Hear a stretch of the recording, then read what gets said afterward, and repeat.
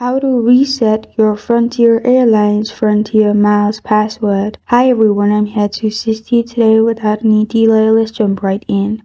First, open Frontier Miles login page. Here, add your email and then click on Forgot Password at the bottom.